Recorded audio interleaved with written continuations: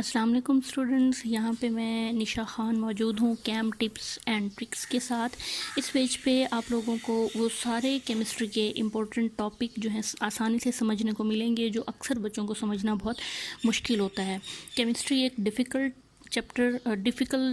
Subject समझा जाता है बच्चों के लिए, तो क्योंकि उनको वो टिप्स और ट्रिक्स नहीं आती जिनसे आप इसको ईज़िली चीज़ें हैंडल कर सकते हैं। तो इस पेज पे मिलेंगी आपको बहुत सारी वीडियोस, बहुत सारे उन टॉपिक्स की जो आपको बड़े मुश्किल लगते हैं और आप उनको बहुत आसानी से समझ सकेंगे।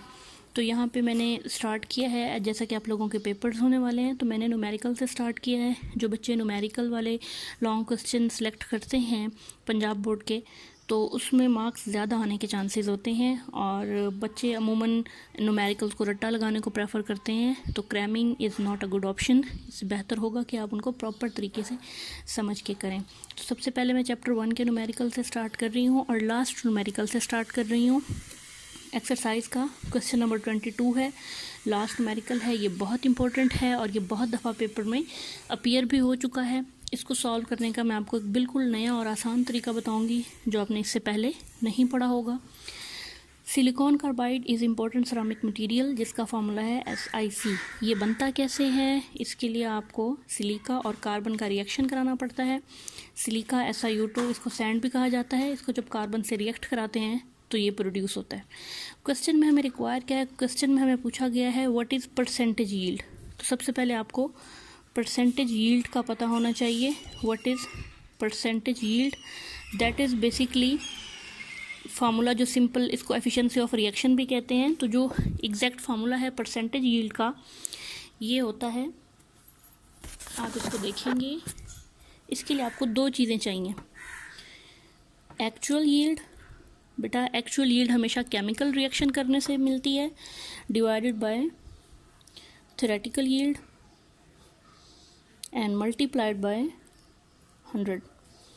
तो अब ये चीज़ इन्होंने सिंपल स्टेटमेंट हमसे पूछा है और इसका सिंपल सा ये फार्मूला है। सिर्फ दो चीज़ें हमें चाहिए फार्मूला में। 100 हमारे पास ऑलरेडी रिटन है, हमें एक्चुअल और थ्योरेटिकल यील्ड चाहिए। एक्चुअल यील्ड के लिए एक बात याद रखिएगा, actual yield should always be known, क्योंकि एक्चुअल यील्ड एक्चुअल एक्सपेरिमेंट करने से आती है और पेपर पे आप एक्चुअल एक्सपेरिमेंट नहीं कर सकते। तो इसलिए एक्चुअल यील्ड हमेशा क्वेश्चन में गिवन होगी। आपको क्वेश्चन को बड़ा केयरफुली पढ़ना पड़ेगा ये देखने के लिए कि कहाँ पे एक्चुअल यील्ड गिवन है। तो देखिए सिलिकॉन का ये यील्ड से मुराद होता है अमाउंट ऑफ प्रोडक्ट फॉर्म्ड। तो आप देखेंगे कि 51.4 kg सिलिकॉन कार्बाइड, तो ये आपके पास ऑलरेडी क्वेश्चन में गिवन है कि इतने किलोग्राम सिलिकॉन कार्बाइड प्रोड्यूस हो चुका है इस रिएक्शन में। तो जो भी यील्ड का क्वेश्चन होगा उसमें एक्चुअल यील्ड ऑलवेज मेंशन होगी। तो सबसे पहले आप अपना डाटा में पुट कर देंगे कि आपके पास जो एक्चुअल यील्ड गिवन है दैट इज़ 51.4 किलोग्राम। और इस चैप्टर में हमने जितने भी क्वेश्चंस करने हैं बेटा मोल्स की कैलकुलेशन के हिसाब से करने हैं, तो इसलिए हमने मैथ्स का जो यूनिट यहाँ पे रखना है वो ग्राम है इंस्टेड ऑफ किलोग्राम। फिजिक्स में आप ऐसा यूनिट किलोग्राम लेते हैं, लेकिन केमिस्ट्री में इस चैप्टर में आपने ग्राम के हिसाब से चलना है।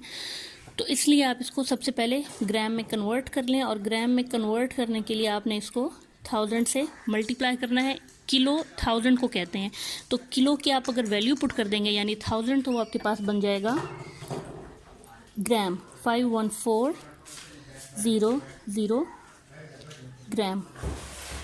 ये आपके पास आंसर ग्राम्स में आ चुका है। तो एक्चुअल यील्ड इज़ गिवन। उसके बाद देखिए नेक्स्ट हमें जो चीज़ प्रोवाइडेड है वो क्या है, तो वहाँ पे आप देखेंगे कि 100 ग्राम सैंड, यानी सिर्फ उन्होंने हमें एक रिएक्टेंट की अमाउंट बता दी है। एक्सेस ऑफ कार्बन दूसरा रिएक्टेंट एक्सेस है, ठीक है बेटा। देखिए जब आपके पास दो रिएक्टेंट हों और दोनों की अमाउंट गिवन हों तो फिर आपको किसी एक रिएक्टेंट को लिमिटिंग फाइंड करना पड़ता है और किसी दूसरे रिएक्टेंट को एक्सेस फाइंड करना पड़ता है। लेकिन इस क्वेश्चन में ये आसानी है कि उन्होंने खुद ही आपको बता दिया है कि 100 किलोग्राम सैंड मौजूद है और कार्बन एक्सेस है, तो इसलिए आपको लिमिटिंग रिएक्टेंट फाइंड करने की ज़रूरत यहाँ नहीं है। तो सिर्फ आप लिखेंगे मैस ऑफ SiO2, क्योंकि इसी से प्रोडक्ट बनेगा और यही हमारा लिमिटिंग रिएक्टेंट है और ये है 100 kg। और इसको भी अगर आप ग्राम्स में कन्वर्ट करें तो के की जगह जब आप 1000 लिखेंगे तो आपके पास आंसर ग्राम्स में आ जाएगा, जो कि बनता है 100,000 ग्राम। ठीक हो गया। और परसेंटेज यील्ड आपने फाइंड करनी है। ठीक हो गया बेटा। होप सो यहाँ तक आपको समझ आ चुका होगा। तो इन सवालों में तरीकाकार ये होता है कि आपको कोई एक या दोनों रिएक्टेंट बता दिए जाते हैं, उसकी मदद से आपने कोई एक या दोनों प्रोडक्ट फाइंड करने होते हैं और फिर उस प्रोडक्ट को फाइंड जो आप करते हैं वो बनती है उसकी थ्योरेटिकल यील्ड। तो ये सारा काम हम थ्योरेटिकल यील्ड फाइंड करने के लिए कर रहे हैं। तो फर्स्ट स्टेप ये है कि बेटा बैलेंस केमिकल इक्वेशन की मदद से आप हमेशा मोल्स कंपेयर कर सकते हैं, मैस नहीं। यानी आप ये कभी नहीं कह सकते कि मेरे पास इतने मैस अगर सिलिकॉन के हैं तो इतने ही मैस सिलिका के हैं तो इतने ही मैस सिलिकॉन कार्बाइड के होंगे, क्योंकि ये मोल्स का रिलेशनशिप आपने फॉलो करना है। तो स्टार्ट करते हैं मोल्स के रिलेशनशिप से। सबसे पहले number of moles of SiO2 आप फाइंड करें। उसके लिए आपको फार्मूला है मैस इन ग्राम ओवर मोलर मैस। मैस इन ग्राम आपके पास अभी हमने फाइंड की 100,000 ग्राम है, और मोलर मैस SiO2 का 28 सिलिका और 2 ऑक्सीजन हैं तो 16 + 16, तो ये बनेगा 100,000 ग्राम over 60 gram per mole, and the answer is 166.67 moles. तो ये आपके पास आ गए हैं नंबर ऑफ़ मोल्स सिलिका के। अब इन नंबर ऑफ़ मोल्स को आप कंपेयर करेंगे किस तरह से, देखिए according to balance chemical equation कितने SiO2 से कितना SiC बन रहा है, कितने सिलिका से कितना सिलिकॉन कार्बाइड बन रहा है। तो केमिकल इक्वेशन ज़रा देखें तो इसके साथ जो नंबर्स होते हैं that are basically the coefficients. तो कोफिशिएंट यहाँ पे 1 है, यहाँ 3 है, यहाँ भी 1 है, यहाँ 2 है। हमने सिर्फ इसको और इसको कंपेयर करना है, तो यहाँ पे भी 1 है, यहाँ पे भी 1 है, तो it's mean 1 mole of silica will produce 1 mole of silicon carbide. ठीक हो गया। According to balance chemical equation हमें नज़र आया कि जितने सिलिका के मॉलिक्यूल हैं उतने ही सिलिकॉन कार्बाइड के मोल हैं। तो फिर ये जो ओरिजिनल हमने मोल फाइंड किए हैं 100,000 ग्राम के साथ, वो बनते हैं 1666.67। तो अगर इतने मोल्स होंगे सिलिका के तो इतने ही मोल जाहिर सी बात है सिलिकॉन कार्बाइड के बनेंगे। क्यों? क्योंकि इनके मोल हमेशा बराबर रहते हैं, जितना सिलिका इस्तेमाल करेंगे जितने मोल उतने ही मोल सिलिकॉन कार्बाइड बनेगा। तो इसलिए जितने मोल सिलिका के हैं उतने ही मोल सिलिकॉन कार्बाइड के हैं। तो ये हमें इंफॉर्मेशन रिक्वायर्ड थी जो हमने सिलिकॉन कार्बाइड की फाइंड कर ली। अब ज़रा सिलिकॉन कार्बाइड के हवाले से देखें, इसके मोल आ गए हैं 166.67 मोल। इसका मैस मोलर मैस हमें पता है, वो तो बताने की ज़रूरत नहीं होती ना, क्योंकि वो तो आपने खुद ही फाइंड कर सकते हैं। सिलिकॉन 28 और कार्बन 12, तो ये आपके पास बना कोई 40 ग्राम पर मोल। फाइनली आपने मैस इन ग्राम फाइंड करना है, तो ये फिर वही फार्मूला हम इस्तेमाल करेंगे ये वाला formula, number of mole equal mass over molar mass. पर यहाँ पे हम नंबर ऑफ़ मोल्स फाइंड कर रहे थे, तो हमें मैस और मोलर मैस गिवन थे। यहाँ पे हम मैस इन ग्राम फाइंड कर रहे हैं, मोल और मोलर मैस गिवन है ऑलरेडी। तो इसको रीअरेंज कर लेंगे n इंटू m और उसके बाद वैल्यूज़ पुट करेंगे। 1666.67 इंटू मोलर मैस इज़ 40। तो अब ज़रा देखते हैं कि आंसर क्या आता है।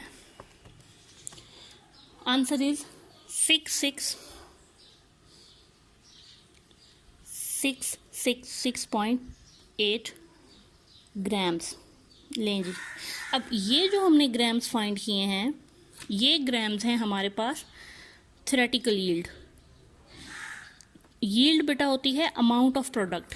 अब यहाँ पे जो हमें अमाउंट ऑफ प्रोडक्ट उन्होंने खुद बताई थी ये वाली, ये कहलाई जाती है एक्चुअल यील्ड, क्योंकि इन एक्चुअल इतने ही सिलिकॉन कार्बाइड इतने ग्राम्स बना था।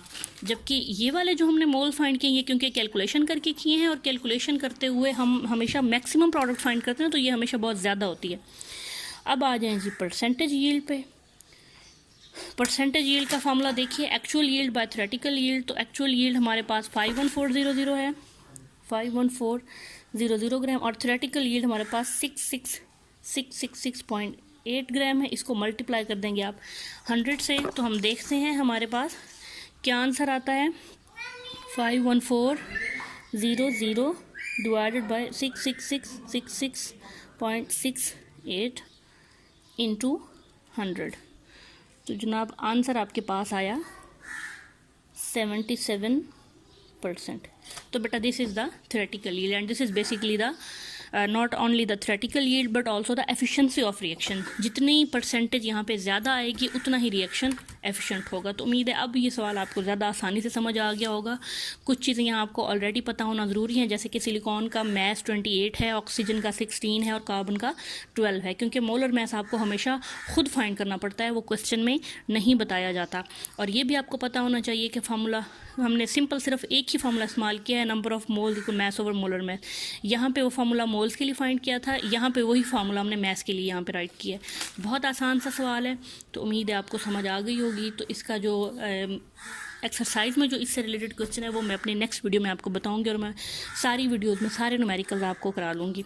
तो इस तरीके से ये न्यूमेरिकल आपको आसानी से लिखा हुआ कहीं नहीं मिलेगा। तो अगर आप इस तरीके से करते हैं तो ना सिर्फ आसानी से याद हो जाएगा, यूनिटी मेथड से हर जगह आपको ये न्यूमेरिकल मिलेगा। और यूनिटी मेथड अक्सर बच्चे स्किप कर जाते हैं, कोई पार्ट या भूल जाते हैं, तो कंपेयर करके करेंगे तो ज़्यादा आसानी हो जाएगी। होप सो आपको समझ आ गई होगी। ओके बच्चों, अल्लाह हाफिज़।